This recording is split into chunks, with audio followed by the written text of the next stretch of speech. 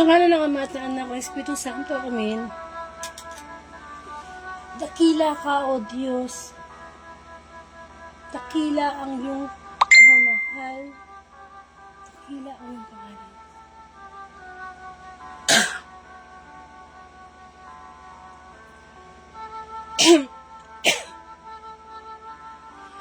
Maraming pong salamat sa oras na ito na pinagkakalaan mo.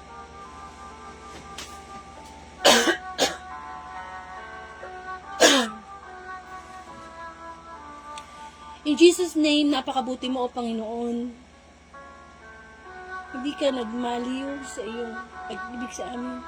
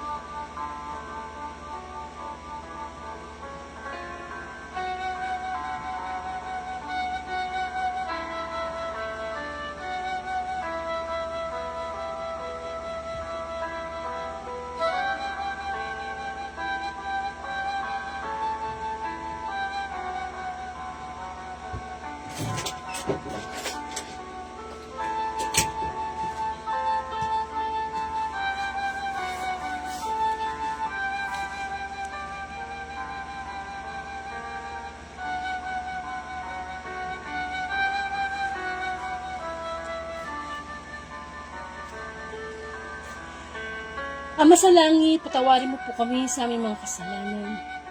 Linisin mo po ang aming puso at nawa naman ang bigat na pagsubok na mayroon kami sa aming buhay. Isuko namin ito sa iyo at mag-take over ka ng kapayapaan sa aming puso.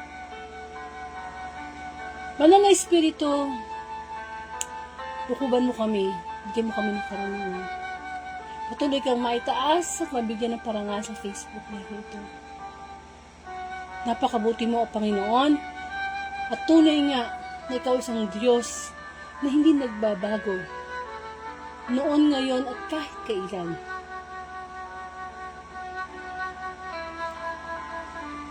Ang iyong abang lingkod ay gamitin mo, puspusin mo yung Banal na Espiritu. Upang sa ganon, ang iyong tinig ang aming marinig. Ang iyong tinig ang magbago sa aming isip at sa aming puso. Ikaw ang patuloy na maitaas at nabigyan ng parangal sa Facebook live nito. Maraming salamat, Panginoon. Ang lahat ng ito'y dalangin ko sa Ama, sa pangalan ng Anak, kaysa ng Espiritu Santo. Amen. Bigyan po natin ng parangal ang mabuting balita. Hallelujah, hallelujah. Purihin ka, amang Diyos na makapangyarihan sa lahat. Hallelujah, hallelujah, hallelujah.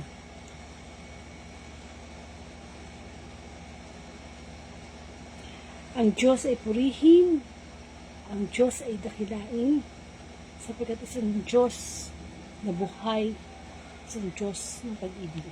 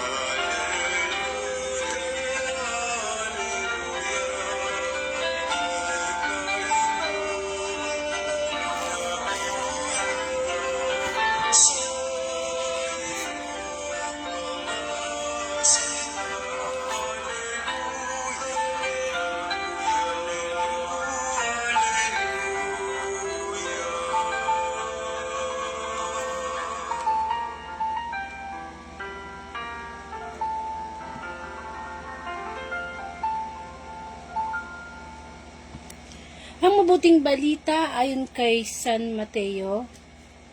Papuri sa iyo, Panginoon. Pag-alis ni Jesus sa lugar na yon, sinundan-sundan siya ng 2 lalaking bulag. Sumigaw sila na ang wika, "Anak ni David, mahabag kayo sa amin." Pagpasok ni Jesus sa bahay, lumapit sa kanya ang mga bulag. Tinanong sila ni Jesus, "Naniniwala ba kayo na magagawa ko ito?" "Opo, Panginoon," sagot nila. At hinipo niya ang kanilang mga mata at sinabi, "Mangyari sa inyo ang ayon sa inyong paniwala." At nakakita na sila. Mahigpit na ipinagbilin sa kanila ni Jesus na huwag sasabihin ito kanino man. Ngunit nang sila'y makaalis, ibinalita nila sa buong lupaing iyon ang ginawa sa kanila ni Jesus. Mga kapatid, ang mabuting balita ng ating kaligtasan. Pinupuri ka namin, Panginoong Heso Kristo. Amen. So, ang pagbasa po natin ay nagmula kay San Mateo, chapter 9, verses 27 to 31. Welcome po sa Word of God Daily Gospel, na kung saan ang layunin ng Facebook Live na ito ay ipalaganap ang mabuting balita through Facebook Live. Bilang pagsunod din sa sinabi ng Panginoong Jesus na hindi lamang sa tinapay nabubuhay ang tao, kundi sa bawat salitang namumutawi mula sa bibig ng Diyos. And of course, ngayon po ay December 5, 2025 at ang Friday Gospel po ang ating pagninilayan bilang pagkaing espiritual. So, parang spiritual maintenance natin, no? O maintenance natin na nakakarinig tayo ng mabuting balita. Kasi ang dami na nating kasalanan nagagawa, ang dami ng pagsubok sa buhay. Kailangan natin to, vitamins to ng ating kaluluwa. So, eto po ang senaryo ng mabuting balita sa araw na ito. Nakakita daw po ang 2 bulag. Bulag, no? So, ito po ay, ang mga bulag na ito ay talagang narinig nila ang mga himala na ginawa ng Panginoong Hesus. So, nanampalataya sila na sila'y gagaling kapag sila ay lumapit sa Panginoong Hesus at humingi ng kagalingan. At yun nga, di ba? Sa dinami-dami ng mga tao na nandoon, sumigaw sila para makatch nila yung attention ng Panginoong Hesus. At humingi sila ng kagalingan. At ang tinanong nga sila ng Panginoong Hesus, naniniwala ba kayo na mapapagaling ko kayo? At anong sagot ng 2 bulag? Opo, Panginoon, sagot nila. At sabi ng Panginoon, sige, mangyari sa inyo ang inyong paniniwala. At nakakita ang 2 bulag. At ayun, di ba, ipinamalita ng 2 bulag na nakakita ang nangyari sa kanilang pagpapagaling ng Panginoong Hesus. So, kung makikita niyo po sa screen yung salitang mata. Bakit mata? Alam niyo kasi, yan ang isa sa mga biyaya ng Diyos na hindi natin napapansin pasalamatan sa araw-araw. Sa bahagi ng ating katawan, ano ba sa palagay mo ang pinakamahalaga? Although lahat ng parte ng katawan natin may gamit, may halaga, ang sa mukha, no? Ang kilay, ang ilong, ang bibig, ang ipin, ang buhok, ang braso, ang katawan, lahat yan ay mahalaga, no? Pero halimbawa lang naman, no? Papiliin ka. Ano ang mawawala sa iyo? Mata o pandinig? I mean, yung mata, yung hindi ka makakita, mabulag ka, o maging bingi ka? Mabulag ka, o maging pipi ka? Maparalyze ang katawan mo, o mabulag ka? Mabulag ka, o maging pilay ka? Mabulag ka, o maging magkaroon kang ketong? Mabulag ka o may stroke ka? Bakit natin nababanggit ang mga ito? Kasi, siguro, no, sa atin, no, mas pipiliin mo pa na may stroke, maging bedridden, maparalyze yung katawan mo, kaysa mabulag ka. Kasi pag nabulag tayo, wala talaga tayo makikita. Biro mo, bedridden ka na, nakahiga ka na sa kama. Hindi ka na makakilos, kailangan mo ng tulong ng tao. Tapos bulag ka pa. Eh, usually, ang mga bedridden, ang kanilang nagiging pampalipas oras na lang ay manood ng TV. O kung nasasakay sila sa wheelchair, pwede sila mag-sightseeing. O kaya, bingi. Bingi ka na nga, hindi ka mo marinig yung mga sinasabi ng kapwa mo. Eh, mas pipili mo pa siguro maging bingi kaysa maging bulag. Kasi bingi ka man, wala ka mong narinig, pero may nakikita ka naman. O kaya, pipi. Siguro mas gusto mo pa yung maging pipi ka, hindi ka nakapagsalita, sign language lang, pero nakakita ka. Anong gusto sabihin sa atin ng Panginoon? Araw-araw, although hindi natin nakikita ang ating mata face to face, maliban na lamang tayo humarap sa salamin, ang mata ay napakahalaga. Our eyes is the window of our soul. Ang dami nating reklamo sa buhay. Umaga pa lang pagising, nakasimangot na. Umaga lang pagising, galit na. Pero di natin napapansin, yung mata, napakaliit na bahagi o isa sa mga maliit na bahagi ng ating mukha. Pero ang laki, ang lawak ng nakikita. Nakakapag, tayo, punta sa ating trabaho, dahil nakakita tayo, may mata tayo, may nag-guide, may liwanag. Yung ating mata, maraming tao dyan na bulag na. Tipo ba? Ibang tipong mahalaga yung mata natin, yung paningin natin. Pero hindi natin mapapasalamatan yun. Nakakapagbasa tayo, nakakapanood tayo because of that eyes. Because of nakakakita tayo. Although yung iba nagsasalamin na, dahil malabo ng mata, pero di ba may way pa rin para luminaw. Huh? Bumili tayo eyeglasses, reading eyeglasses. Naalala ko, meron akong nabasang kwento. May isang babae na, lang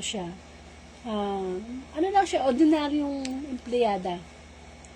Eh ngayon, may lumapit sa kanyang lalaki. Itong lalaki na to napakayaman. Actually, bilyonaryo. Mayaman.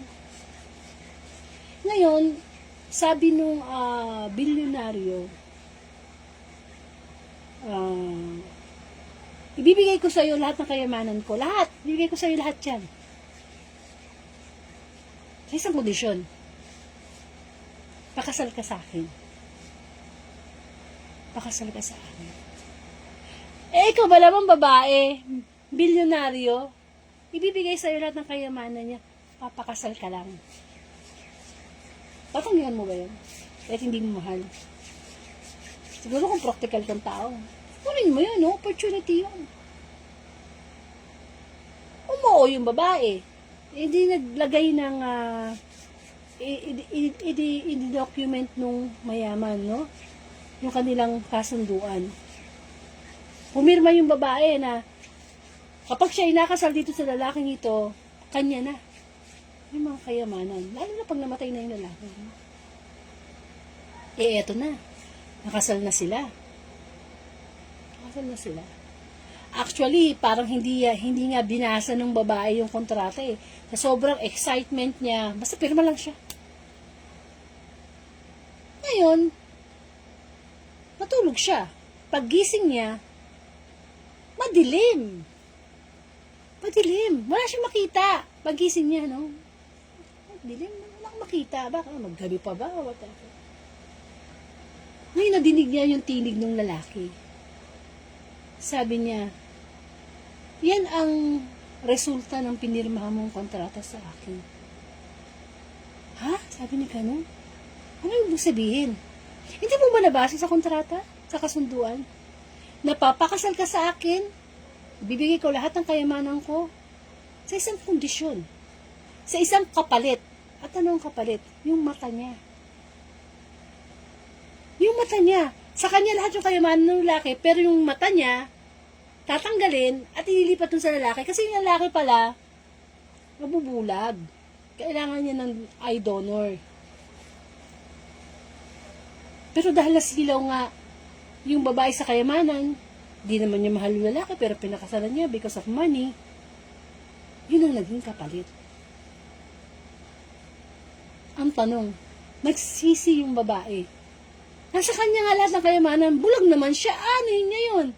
Siguro nung nasa isip niya noon, pagkakaroon sa akin ng kayamanan ng lalaking ito, makaka-travel ako around the world, mabibi ko lahat yung mga alahas na mamahalin, mga ginto, ma-enjoy ko yung buhay. So anong lesson doon? Anong moral lesson doon? Walang kabuluhan ng lahat ng bagay kung kapalit nun ay ang paningin. Sapagkat kapag bulag, walang makita. Walang makita. At ang hirap nun. Ang hirap talaga. Tayo ipagkakaroon lang natin ng paningin, nakikita natin yung mga bagay-bagay, nakikita natin yung ating pamilya, nakikita natin yung ating ginagawa, nakikita natin yung ating napupunta. Actually, dapat yung matang yan ginagamit sa pagbabasa ng Bible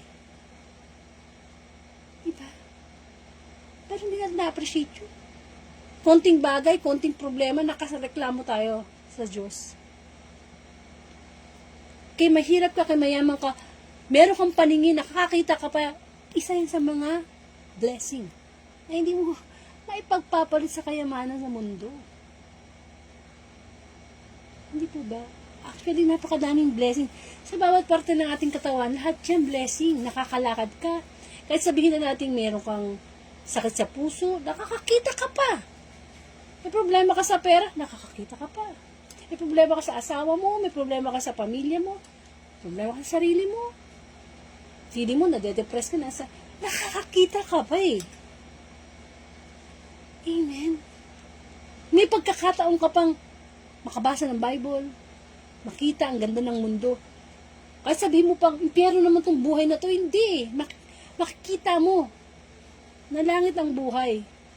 Kapag yung ating hindi lang physical eyes ang nakabukas, kundi yung spiritual eyes natin, hindi bulag. Yun ang pinupunto ng mabuting balita. Marami sa atin na nakakakita physical, pero bulag spiritual. Hindi makita ang katotohanan sa salita ng Diyos.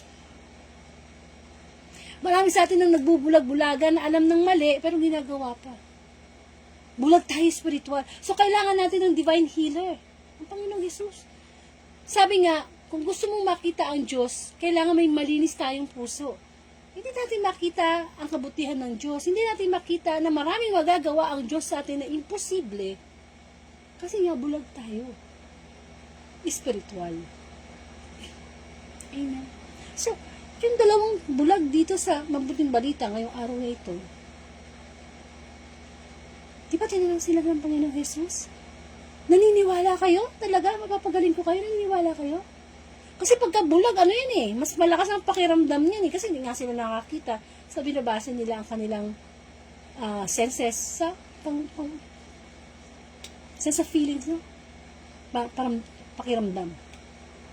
Yes, opo, naniniwala po kami. Yun ang sagot ng dalawang bulag. Opo, naniniwala kami. Ganon din tayo. Kaya tayo ay nagiging bulag sa kasalanan ginagawa natin. Kasi hindi tayo kamukha ng dalawang bulag na ang sagot, opo, Lord, yes, Lord. Kaya tayo patuloy na nahuhulog sa kasalanan, nalulugmok sa kalungkutan, parang nawawalan ng pag-asa. Kasi hindi natin ginagaya yung sagot ng dalawang bulag. Opo, yes, Lord. Parang sila Eva at Adan, o si Eva nung panahon na tinutokso siya ng ahas. Hindi ba? Nakipag-usap pa, nakipagkwentuhan pa si Eva. Kung inaalok na siya ng demonyong ahas at sinabi niyang, no, ayoko. Tapos ang kwento. Kaso diba, nakipag-usap na pa siya sa Diablo. Alam mo naman ng Diablo, matamis ang dila ng ahas na yun. Parang sa buhay din natin. Kaya tayo hindi makaalis sa galit, nawawala ng pag-asa, nagne-negative sa sarili, masama ang loob sa kapwa. Kasi hindi tayo nag-yes. Opo. Actually, yes lang ang gusto ng Diyos Kapag meron tayo naririnig ng utos ng Panginoon, yes lang. Opo, Lord, susunod ako. Ang kaso, diba, pag may utos ng Diyos, anong nangyayari? Kasi Lord, hindi pwede Sinaktan niya ako Hindi ko siya mapapatawad. Hindi pwede, Lord. Hindi ko yan kaya, tao lang ako. Eh hindi, Lord, ayoko niyan. Ito ang gusto ng mundo. Majority wins, Lord. Hindi ba? May mga bagay na hinihingi tayo sa Panginoon, idinadalangin natin, minsan hindi agad na tutugon. Pero yung sabi nga ng Panginoong Yesus, naniniwala ka ba? Diba sabi niya sa bulag, naniniwala ka ba? Ganon din tayo. May mga bagay na parang imposible nang masolve eh. Pero naniniwala tayo na God is in control. Naniniwala tayo na ang Diyos ay makapangyarihan. Kaya nga diba sabi ng Panginoong Jesus, huwag niyo sa akin hingin na iligtas ko kayo sa kapahamakan, ilayo ko kayo sa sakit. Alam na ng Diyos yan eh. Ang ipanalangin natin sa Diyos ay dagdagan ang ating pananampalataya. Para pag dumadating yung mga pagsubok, matatag tayo. Hindi tayo nabubulagan. Mahirap umakay ang bulag sa kapabulag. Pareho silang mahuhulog. Kaya pag tayo ay nakakita na ng katotohanan, hindi na tayo bulag espiritual. Alam na natin na masama yan, hindi na natin gagawin. Kitang-kita na eh. Kaya nga lang marami sa atin ang nagbubulag-bulagan because of the will, human will. Gusto natin sundin yung gusto natin. Pero isa pala sa mga sikreto, para tayo ay hindi na maging bulag espiritual, ay gayahin natin yung sagot ng dalawang bulag. Opo, Panginoon. Yes, Lord. Kasi tuwing nag-yes tayo sa Diyos, ibig sabihin, para siyang nanliligaw na sinasagot natin siya. Yes, Lord, ang dami kong pagsubok sa buhay. Pero yes, Lord, hindi ako susuko. Yes, Lord, ito ang utos mo. Ibigin ko ang aking mga magulang. Igalang ko sila. Kahit sabihin natin ang mga magulang mo ay naging masama sa'yo. Eh, sabi ng Lord eh. Ibigin eh. Pinapaibig na ang kaaway eh. Pa kayong mga magulang. Hindi naman sinabi na, ibigin mo ang yung mga magulang kung mabuti lang sila. Hindi ganun. Eh, pero anong sagot natin, Lord? Yes, Lord. Pag nag-yes tayo kay Lord, nawawala yung pagkabulag nating spiritual. O huwag kang magnanakaw. Yes, Lord, kahit gipit ka na. Eh, sabi ng Diyos eh. Nagkakaroon ng piring ang ating mata, nabubulag tayo. Kapag sumusunod tayo sa ating mga pita ng laman, yung gusto natin. Nandun na yung katotohanan na magpapalaya sa atin, ang salita ng Diyos, pero patuloy tayong nagiging bulag. Nagiging bulag. Sinasabi na ng Panginoon na ang nagpapakababa ay itinataas, ang nagpapakataas ay binababa. Pero anong tugo ng tao? Magbubulag siya. Magbubulag-bulagan. Ay hindi, gaganti ako because of pride. Amen. Ang pagkakita o pagkawala ng pagkabulag espiritual, eh, nagpapakita yun ng liwanag. Hindi naman kasi natin makikita ang Diyos in our physical or naked eye eh. Makikita natin ang Diyos kapag malinis na yung puso natin. Matututo na tayo mag-appreciate ng mga blessing niya. Matututo na tayo magpasalamat na, Lord, nakakakita pa ako. Nakakakita pa ako. Nakakakita pa tayo. Nakikita mo pa yung kulay pula, yung kulay green. Eh, ang kaso, di ba, magkasakit ka lang ng ulo, masakit lang yung parte ng katawan mo. Ano ka na, no? Hopeless ka na. Nakafocus ka doon sa pain. Nakafocus ka doon sa problema. Eh, nakakakita pa nga tayo. Napakahalaga niyan. At dapat yung pasalamatan. Amen. Darating ang time. Lalabo at lalabo talaga ang mata ng tao dahil sa katandaan. Pero hanggat malinaw pa yung ating mata, pagbasa pa tayo, basta tayo ng Bible. Kasi, salita yun ng Diyos. Hanggat nakakakita pa tayo, i-appreciate natin ang mga bagay. Pagkain namin ngayon tuyo, salamat. Ay, nakita ko yung asawa ko, salamat. Ay, nakita ko yung anak ko, salamat. Lagi nating makita ang magandang bagay sa mga pangit na sitwasyon. Kasi doon natin makikita ang Diyos. Kung paano natin tinitingnan. Sabi nga, iba ang tinitingnan sa tinititigan. Kapag titignan mo isang bagay, tingin na, pagkatapos mo makalimutan mo na, ano ba yung nakita ko? Hindi ka mukha ng tinititigan. Talagang titig na titig ka, no? Ano mo yung details. Ganun din sa ating pananampalataya. Gusto ng Diyos, tayo ay hindi bulag espiritual. Para makita natin, ma-focus natin yung ating spiritual eyes sa kabutihan ng Panginoon. Hindi ba? Kitang-kita tayo ng Diyos eh. Ang dami na sa ating bulag. Mga nakakakita nga pisikal, pero ang daming bulag sa atin. Bulag kapag kumakagat pa rin sa kasalanan. Bulag kapag nawawala ng pag-asa. Bulag kapag nagsiself-pity. Maging maliwanag sa isipan natin na hindi tayo pinagbabayaan ng Diyos. Gawin lang natin, maniwala tayo sa Kanya, kamukha ng ginawa ng mga bulag. Sabihin natin, yes Lord. At gagaling agad tayo. Gagaling. Sabi nga, kung may hinihingi ka at hindi ibinigay sa'yo, maging malinaw pa rin ang ating paningin espiritual. Maging maliwanag sa atin na ang Diyos ay makapangyarihan. May mga bagay na ang hirap sagutin. May mga bagay na itatanong natin sa Panginoon. Very limited lang ang ating isipan. Ang dapat doon lagi na lang sabihin, Lord, let your will be done. Amen. Let your will be done. Kasi nakikita natin na alam ng Diyos ang ginagawa niya. Kaya pangalagaan natin ang ating spiritual eyes. Kung mahalaga na tayo nakakakita, mas mahalaga na lagi nating nakikita ang Diyos sa panahon ng down moments, sa panahon ng sakit, sa panahon na para bang iniwan ka na ng mga tao, sa panahon na parang punong-puno ka ng karamdaman pisikal, pero nakikita natin ang Diyos at yun ang mahalaga.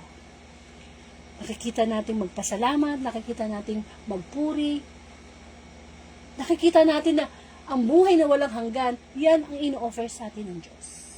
Amen.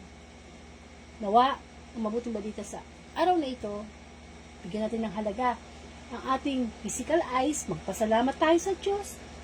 Kahit tayo ay mahirap lang, middle class o whatever, hindi mapapantayan ng anumang kayamanan, yung nakakakita tayo physical. But most of all, yung spiritual eyes, bigyan natin ng halaga yun. Ama namin sa langit, marami pong salamat muli sa pagpapaalala mo sa amin na napakalaga na kami huwag magkaroon ng kabulagang spiritual. Makita nawa namin ang iyong kabutihan. Patuloy na panalangin, Brother Joel, Sister Helen, Sister Lucy, Brother Danny, lahat po ng mga magkaramdaman, lalo na ang mga pagkabulag namin spiritual ay nilalapit namin sa Panginoon. Makita namin lagi ang iyong kabutihan, lalo na sa panahon na kami nanghihina. Makita namin na may isang Diyos na laging nandyan, na laging nagmamahal, na laging handang tumulong. Makita namin ang buhay na walang hanggan na ino-offer mo, Panginoon. Maraming pong salamat. Ama namin, sumasalangit ka. Sambahin ang ngalan mo. Mapasa amin ang kaharian mo. Sundin ang loob mo dito sa lupa para nasa langit. Bigyan mo kami ng aming kakanin sa araw-araw. At patawarin mo kami sa aming mga sala. Para lang pagpapatawad namin sa nagkakasala sa amin. Huwag mo kami paintulo sa tukso. Nagyan mo kami sa mga masama. Sa aming mga anak at Santo Amen. Amen. So maraming salamat muli. Nawa nagkaroon ng liwanag ang ating spiritual na mata. Na lagi nating makita. Yung sa umaga pa lang, di pa tayo dumidilat, diwa pa lang natin ang bukas, nagpapasalamat na tayo sa nakikita nating biyaya na binibigay ng Diyos. Natuto tayo laging magpasalamat. Kasi pag lagi tayo nagpapasalamat sa Diyos, nakikita natin ang Diyos. At lagi tayong mag-yes Lord para hindi tayo nabubulang spiritual. Pakishare na lang po itong Friday Gospel sa inyong timeline, sa inyong group chat. Upang sa ganon, yung mga kakilala natin na bulag spiritual ay malaman na may Diyos na nagpapagaling upang makita ang katotohanan sa kanyang mga salita. Ibibigay ng Lord ang December 6, 2025, Saturday Gospel. Sama-sama po tayong magnilay sa salita ng Panginoon bilang pagkain spiritual. To God be the glory.